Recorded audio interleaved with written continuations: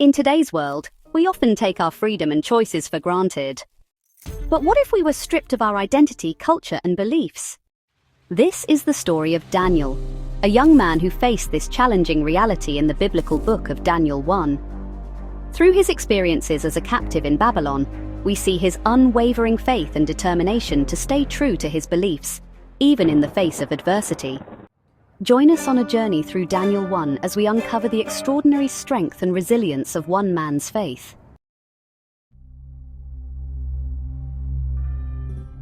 In the third year of the reign of Jehoiakim king of Judah, Nebuchadnezzar king of Babylon came to Jerusalem and besieged it. And the Lord delivered Jehoiakim king of Judah into his hand, along with some of the articles from the temple of God. These he carried off to the temple of his God in Babylonia and put in the treasure house of his God. Then the king ordered Ashpenaz, chief of his court officials, to bring into the king's service some of the Israelites from the royal family and the nobility young men without any physical defect, handsome, showing aptitude for every kind of learning, well-informed, quick to understand, and qualified to serve in the king's palace. He was to teach them the language and literature of the Babylonians.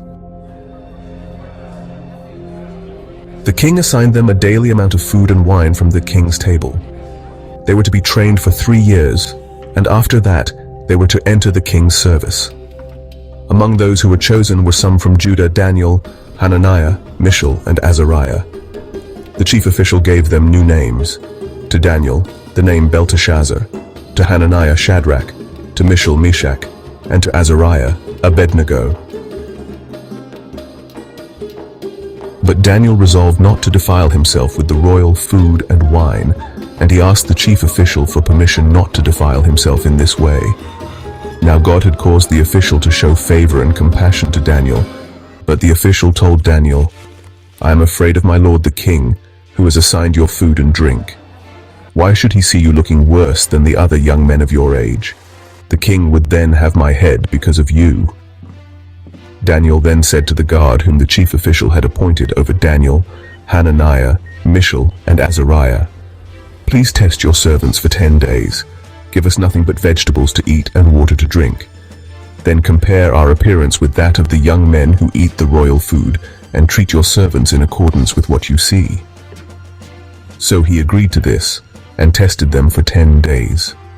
At the end of the 10 days, they looked healthier and better nourished than any of the young men who ate the royal food. So the guard took away their choice food and the wine they were to drink, and gave them vegetables instead.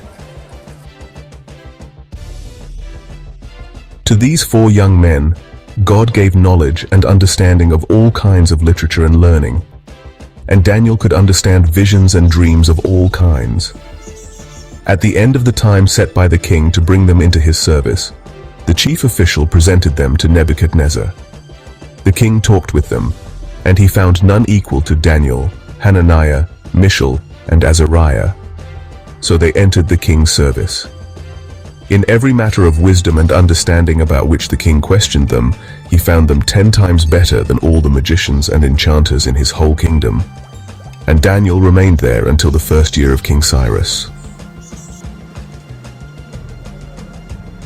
In conclusion, in Daniel chapter 1 verses 1 to 21, we see the sovereignty of God as he allowed the Babylonians to conquer Jerusalem and take some of the Israelites into captivity.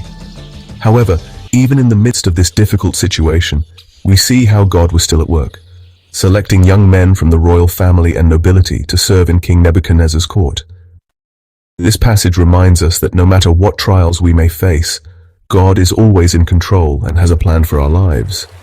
May we trust in his sovereignty and remain faithful to him, just as Daniel and his friends did in the face of adversity.